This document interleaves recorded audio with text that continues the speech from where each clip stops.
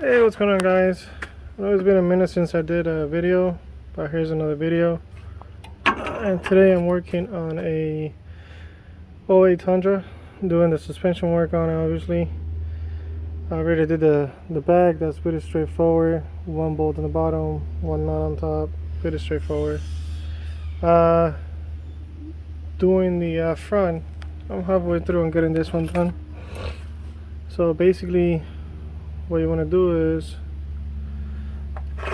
you want to loosen up this little brackets here for the sensor and the brake line, just so that you don't have that much tension on the arm itself.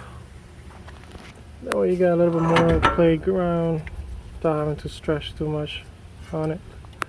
And obviously you got the top bolt here.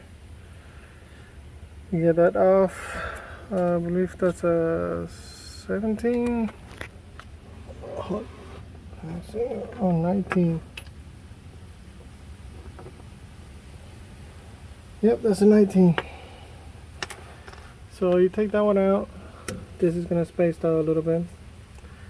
And then you come all the way over here. Make sure that you put your car on stands, your jacks, every safety precaution that you can. Then you gotta take your sway bar. There's a bolt here. Goes through this. The reason why, that way you can lower the control arm a little bit more. That way you can get a little more play to get the shock out. You want to put the jack underneath of it. Once you take that, it's going to have pressure, so you jack up the control arm so that you don't have any more pressure on this bolt. That way it comes out easily. You don't strip the thread or anything like that bringing it out. Then you have the bolt for the stud itself, for the strut. That same, it has the bolt on this side and a nut on the other side. You take the nut out over here. You take the nut out, and same thing. You kind of hammer it a little bit so it will come out of place, and then you get it out.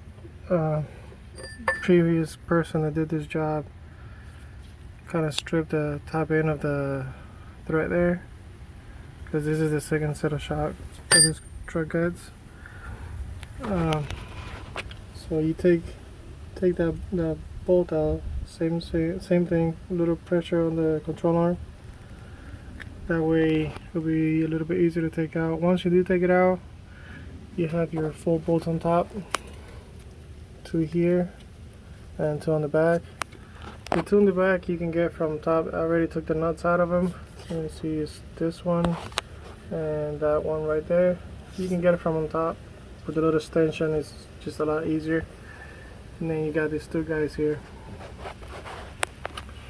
Then you're not gonna have enough room when you first loosen up the bolt here to get the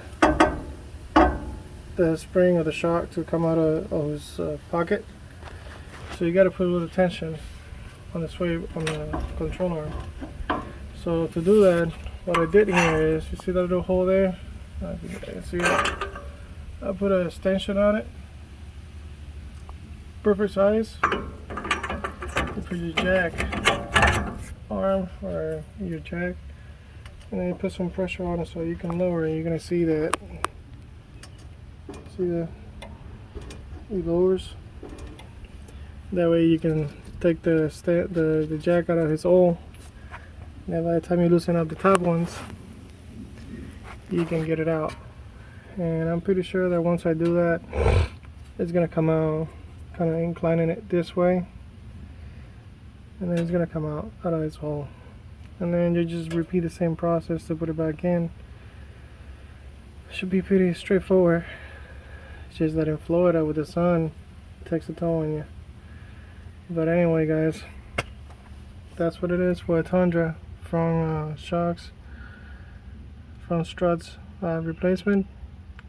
That little tip for putting some pressure on the control arm, that way you can take that out of the way. And yeah, pretty straightforward. Alright guys, the next one. Keep branching and keep it on the road. And I always stay safe out there with the virus and everything. And we'll see you on the next one. later. And like always, if you guys have any questions, text me or write me on YouTube, and I'll try to answer everybody. And I'll try to help out. Alright guys, to the next one.